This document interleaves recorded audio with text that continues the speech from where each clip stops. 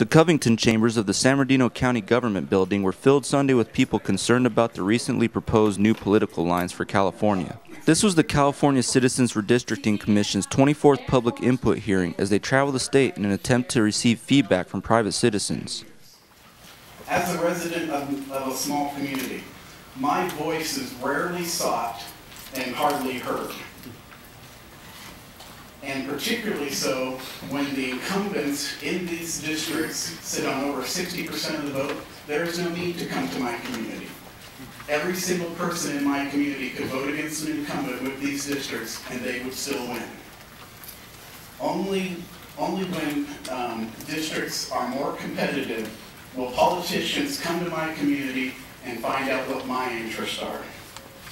I backed Prop 11 very enthusiastically because I thought we were finally going to put an end to the gerrymandered districts of the past. These maps you have drawn was exactly what I thought I was voting against. Please do not silence my voice for another 10 years. Thank you. Also in attendance were members of various community organizations, including 4321, which focuses on county representation, the Four Corners Coalition, and the Inland Empire Economic Partnership. Our primary concern is that the CRC draft maps currently split the two largest cities in the two-county region, Riverside and San Bernardino. Our alternative will keep the city of Riverside entirely whole in the state assembly. Like most of the maps that we're presenting, our alternative uses major highways, rivers, and mountains as dividing lines rather than mid-city adjustments favored by the current drafts. The Commission also displaces or eliminates over 260,000 residents of San Bernardino County from representation within the Inland Empire. Our alternative will reduce that number by 60%, which will allow for communities with similar needs to be represented by officials who know their region.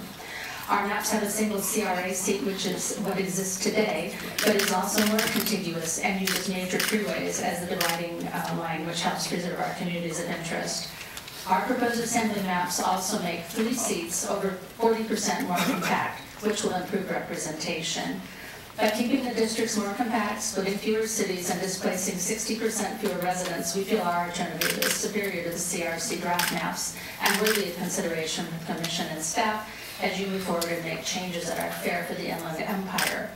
And speaking as the former mayor of Redlands, it seems incomprehensible to me that the congressional district, which has historically kept our city intact, now proposes splitting it in such an egregious fashion. While many of the attendees were troubled by the proposed redistricting maps, some were there to show support.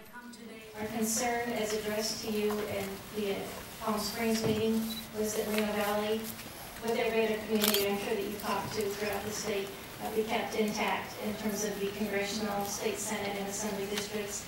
It appears that the first draft maps, in fact, succeed in doing so.